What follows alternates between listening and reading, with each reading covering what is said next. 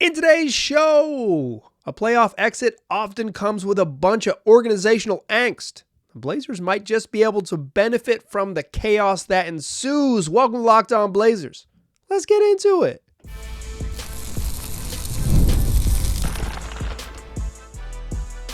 You are Locked On Trailblazers, your daily Portland Trailblazers podcast, part of the Locked On Podcast Network.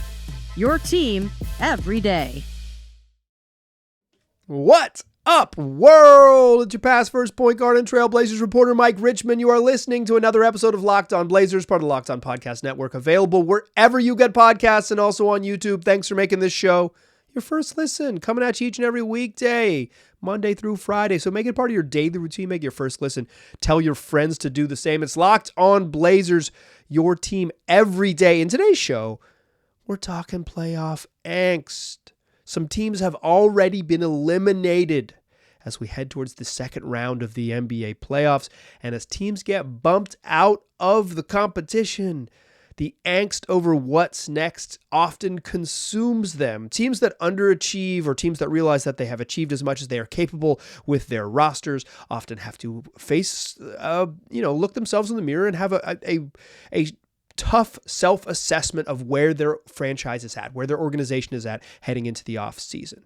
And that often means saying we've got to make big structural changes. So what I want to talk about in today's show is the teams that are feeling that angst and the chaos that could ensue this summer and how the Blazers can benefit. And I even have cooked up a real life fake trade that I'll share with you in the second segment. The third segment will take a spin on the tankathon machine. It's been a couple weeks since we've done it, and we will spin it and simulate the draft lottery.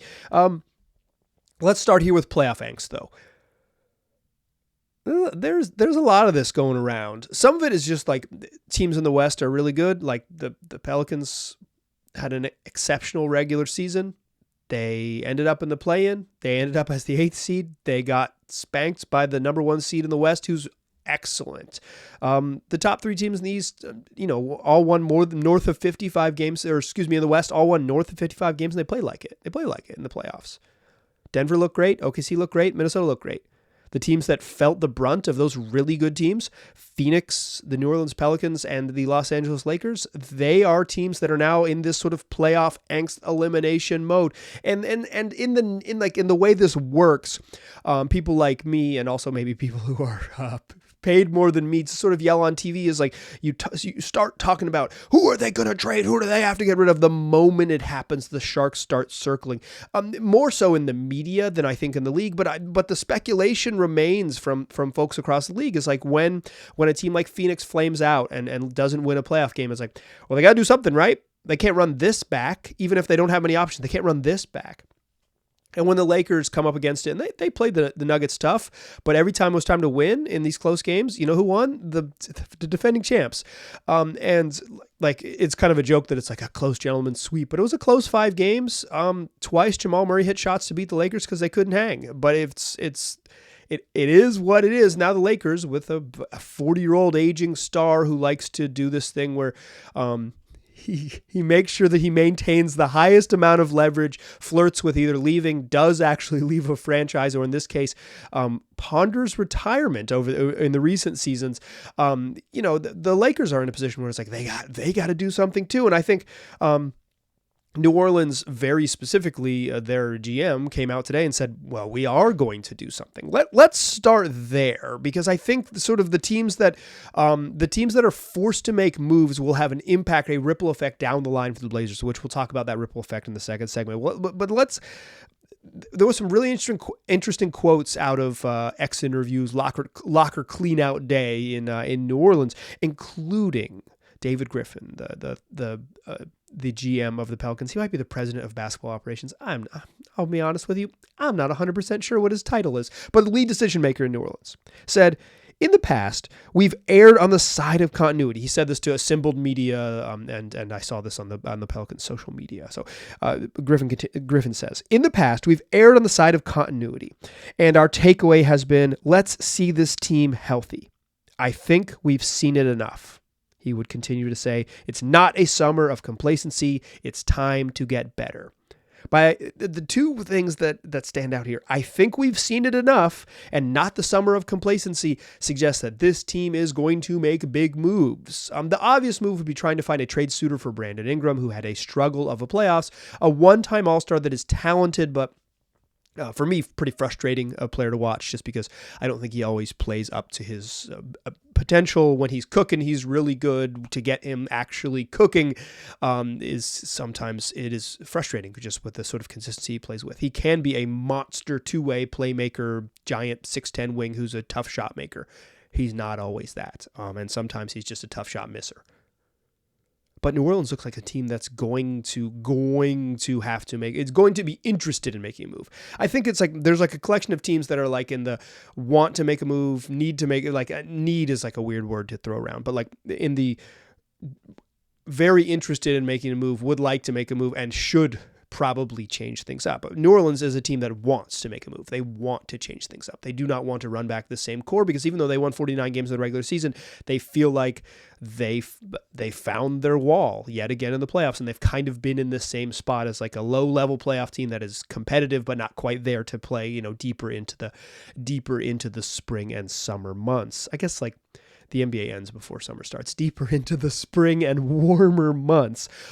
In Phoenix, there's been some reporting from The Athletic and also from Mark Stein of the Stein Line that like basically there's been beef brewing with Brad Beal. Say that 5 times fast. Beef brewing with Brad Beal. I even stumbled over it the second time, so we're not going to do it 5 more times. But Bradley not loving his situation in Phoenix, and Phoenix is capped out, and they're in a tough spot. They have, on draft night, they'll be able to trade their pick this year, and they have a 2031 pick, and then a handful of seconds, not even a handful, 2 or 3.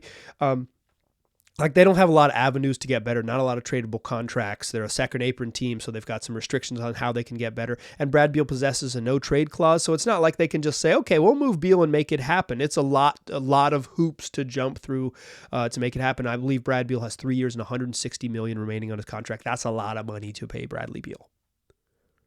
But Phoenix is desirous of making a move, right? They also are probably not going to sit back, and their ownership group has been very, very aggressive in trying to improve and all of those things. So you expect them to be open in the market. The Lakers are in a weird situation, because if D'Angelo Russell opts out, they'll have some moves, a way to get better, 3 tradable first-round picks. They'll be under the first apron, which will allow them a little more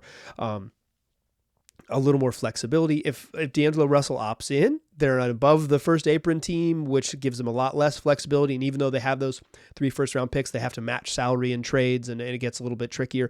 But they're a team that I think will also try to get better, because they clearly were not good enough. Just their point of attack defense was not there for them, which is really funny, because they're rumored to be after Trae Young. And it's like a team that has kind of struggled staying in front of ball handlers in a meaningful way is going to pursue Trae Young. More power to you. Congratulations to the good people at Clutch Sports. Throw in those 3 teams that have the playoff angst. I think the Sixers at some point are going to lose in the playoffs. They're trailing the Knicks. I do not think they're going to come back in that series, but obviously they could. But like they're a team that has obviously set themselves up with potential to have a ton of cap space this summer as they let Tobias Harris walk, and just like, and one of the 5 best players in the NBA on their roster, like a team that is very much interested in improving, because they set themselves up when they trade James Harden to use this summer to be a team that gets a lot better.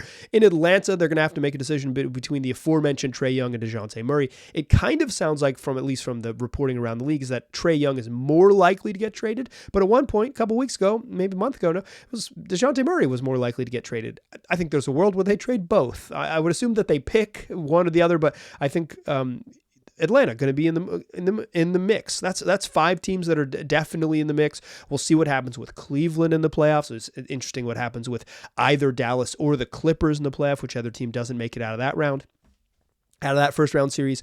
Like there are going to be a handful of teams that are in various levels of restrictions based on the new CBA, but really interested in improving.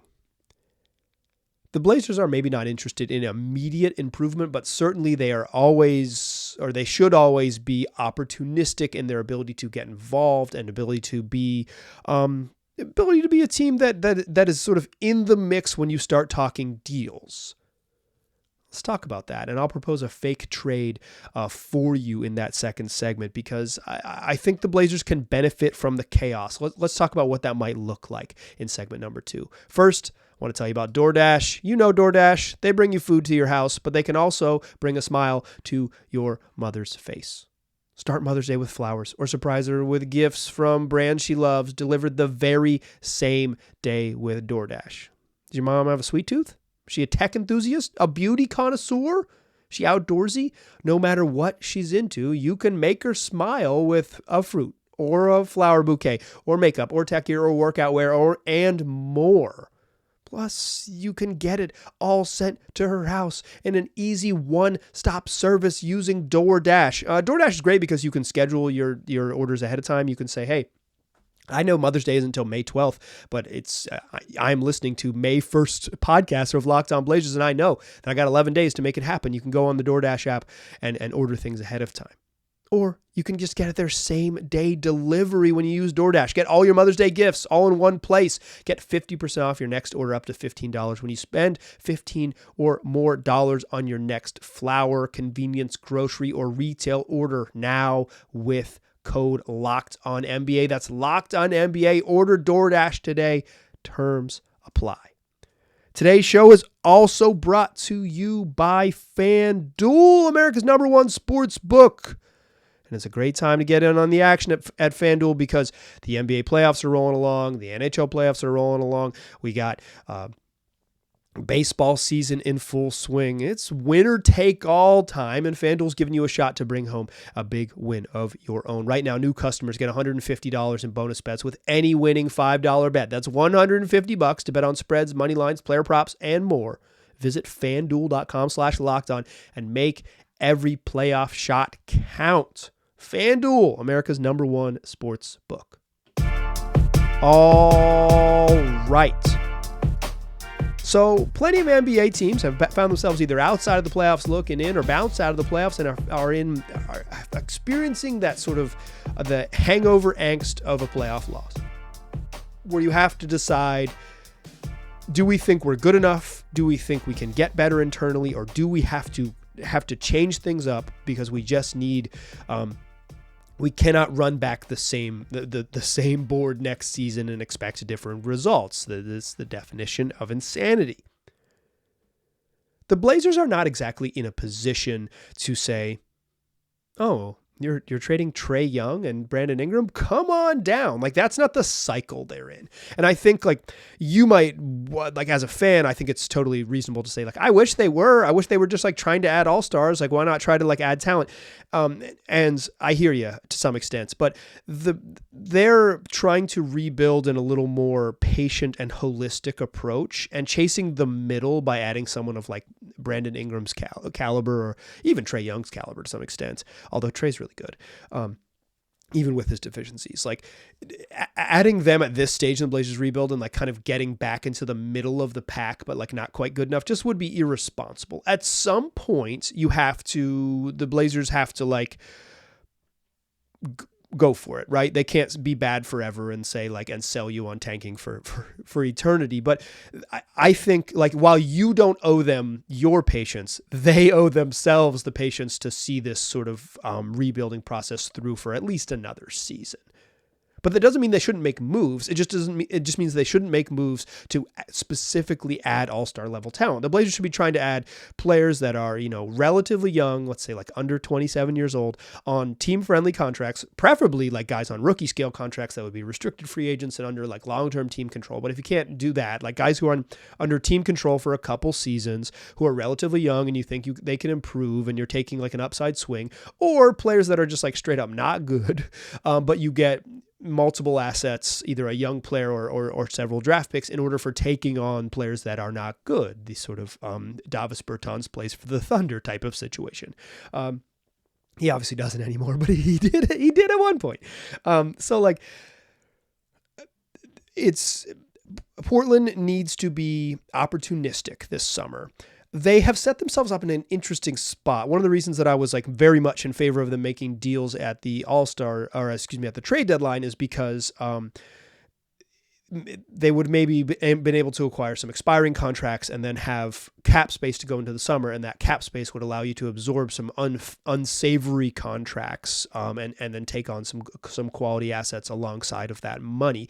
Everybody in the league now with the salary floor, like no one's going to go into the season when it starts with like $30 million in cap space. That just isn't straight up is illegal in these days. But like more teams, when you are going to have cap space, it's going to be at that start of the summertime, and then that would allow you to be sort of like the way station. And if you look at the teams at the bottom of the standings, many of them have a lot of cap space to work with. The Blazers have a top 10 payroll in the league, despite being one of the 5 worst, having one of the 5 worst records in the league.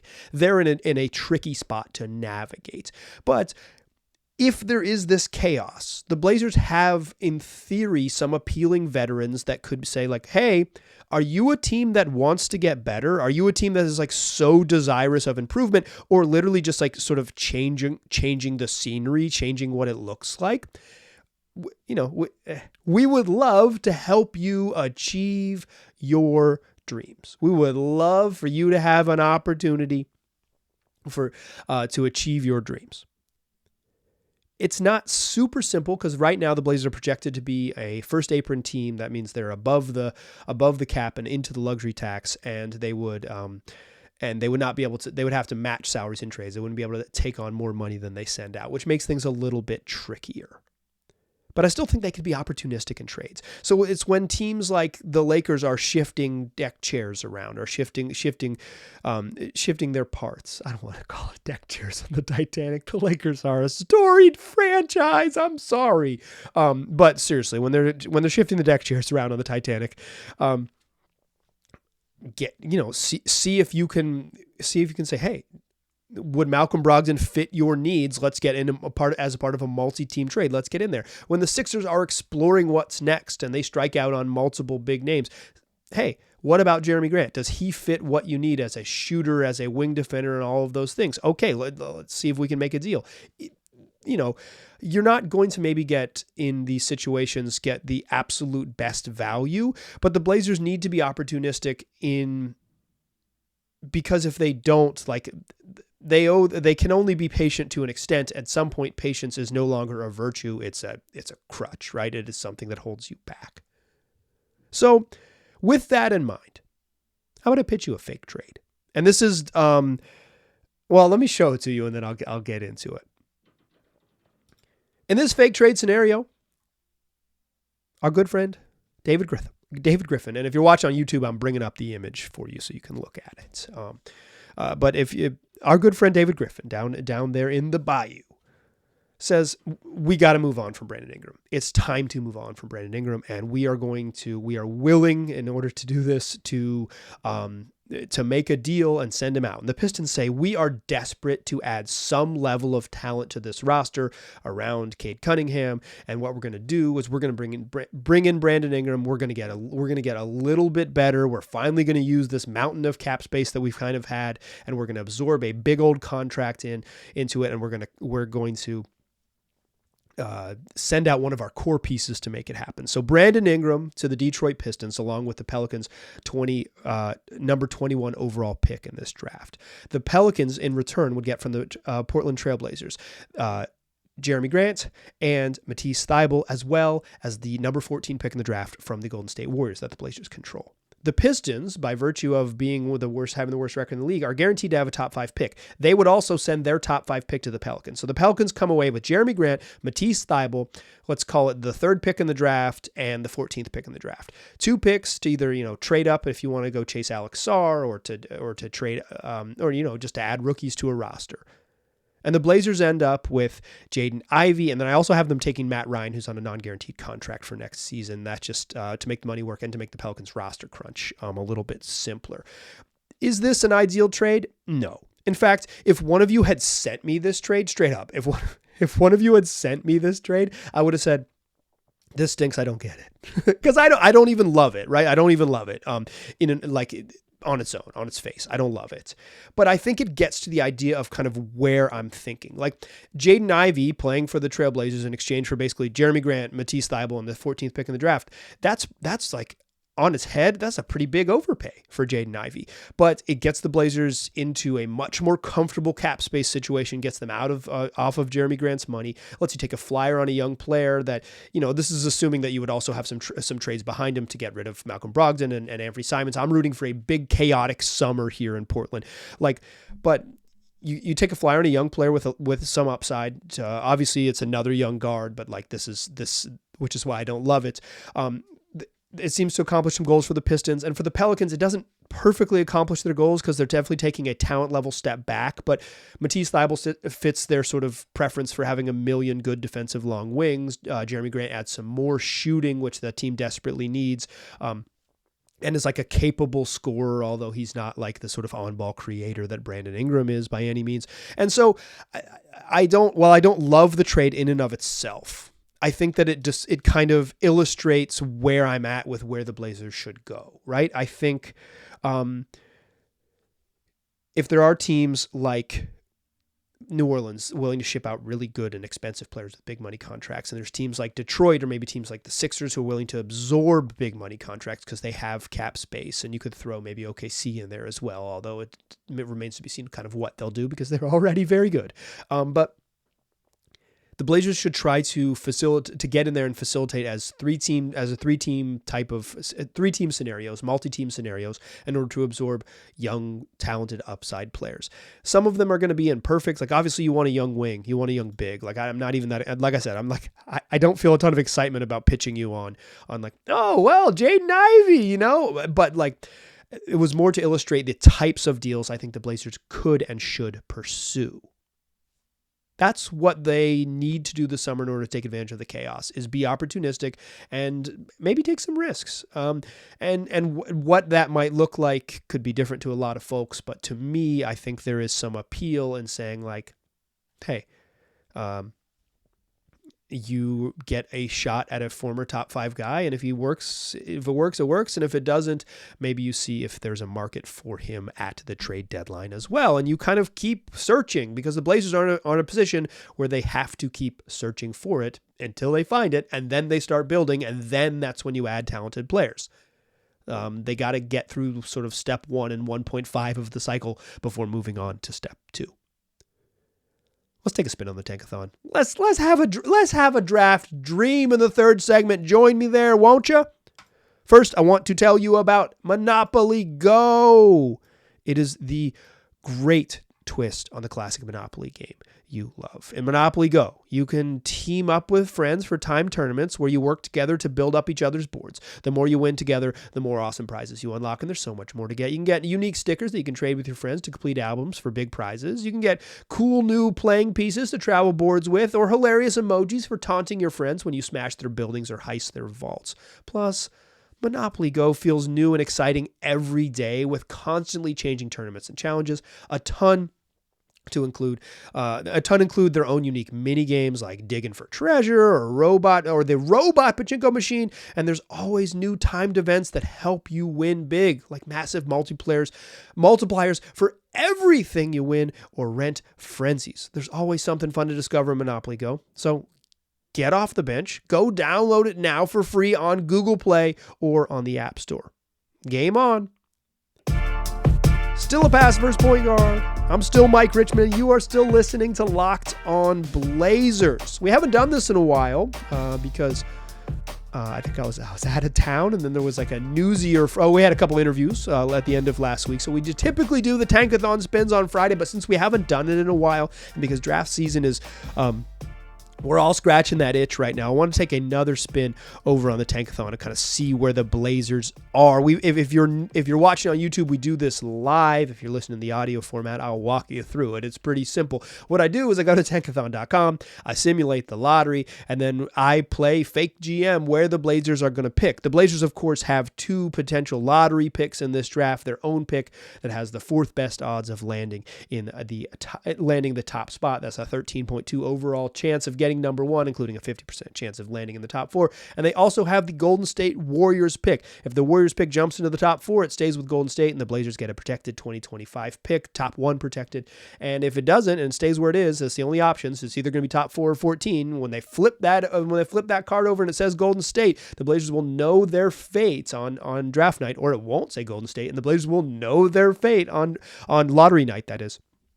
So, without further ado, let's take a spin. Let's do it live. I missed the button. Here we go. Oh, and the Blazers stay at 4. Brooklyn hops all the way up to 1, and that pick is going to the Houston Rockets. The Pistons 2. Chicago jumps all the way from 11 to 3, and the Blazers stay at 4. That's Washington 5, Charlotte 6, San Antonio 7. A tough scenario here for the Wizards, Hornets, and Spurs. But the Blazers are at 4. 4's tough. 4 is an interesting spot to be. I think 4 is one of those spots where it's like, maybe I would trade back. You kind of got to see the board, right? At 4, I would guess, the names that are up there is like Donovan Clingan has been a name that's pretty high in that list. I think Ron Holland would be a consideration for me at 5. I guess Stephen Castle. I like Castle a lot as like a basketball player. I'm not sure his overall upside maybe is I have a little bit of pause with. At 4 is right around the range. Like I think anything like at 1, I think you take Alex Sarr and see what happens. Below 1, I think what you really do is you start making calls. What if we traded back? Like what if Charlotte or San Antonio or Washington, one of those teams that thought they were going to get in the top 5 and gets bumped out in this lottery scenario? What if one of those teams like really want somebody? They really want Nikola Jovic. They really want Reed Shepherd. They really want Dillingham. Reed Shepherd and Dillingham, both to me, are just like too small. Another young guard. Obviously, I just in the previous segment just freaking traded for Jaden Ivey. So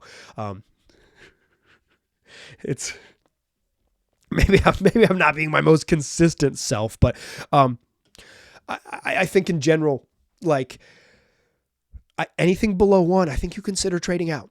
Trading back. And you say like, can we just get back to 8? And can we pick up either a future, some sort of protected future first or a second round pick for our troubles, like whatever it is. It's hard to know what the value chart would be on a draft like this from like 4 to 8. And because maybe you can get your guy at 8. I don't know what the Blazers board looks like, and I'll be curious to see what they do. But like, I think if you're not at the very top of the draft, because the Blazers need bigs more than anything. And then there's like a run of guys who are like kind of lead creator guards, and then centers. Like, I don't love Clingan at 4 seems like a lot. Like, I think he's going to be an NBA player, but that seems like a really high draft pick for sort of what I think his ceiling might be.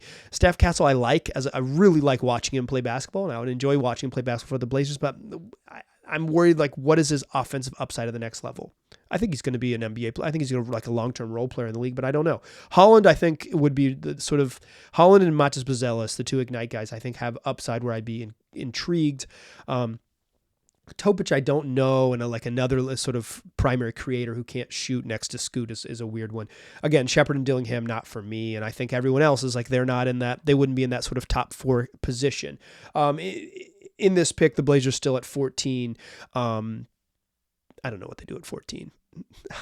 Like Tijon Salon is the name I always throw there, and I think like that's kind of my placeholder name. But again, I would see if you could trade back, because maybe trading back to 20 and getting something for your troubles, you end up with the exact same player you wanted. A lot of teams are probably going to try to trade back, so I'm not exactly like reinventing the wheel, but I think the Blazers, by virtue of having 2 picks, can really say, here's exactly what we want. And we'll package these picks together, or we'll trade back together, or we'll flip-flop here and there, and we're going to get exactly what we want. Like, they have a way. I don't know if they control the board by any means. I don't mean to suggest that, but they have some flexibility and some maneuverability by virtue of saying, like, listen, we're probably going to get 2 cracks at it, and we have some second rounders. Let's make sure we come away with the draft with exactly what we want. Obviously, you never know with the draft. It's really hard to get it right. It's really hard to get it right. So even teams that draft really well have flubs. Like, that's just the truth of it. So like, it's no guarantee, but I think the approach, if you don't end up at the top, is to say, what is we know what we value and how far back can we get what we value, and can we get paid to find out to move back a little bit. Okay, that's going to do it for today's show. That's what we do 5 days a week, where we get podcasts and also on YouTube. We got another show tomorrow. We're going to do another player season review. Come back and find out who it is. Tell your friends about the podcast. They can get it wherever they get podcasts and also on YouTube. It's free and available on all platforms. I appreciate you listening. I'll talk to you soon.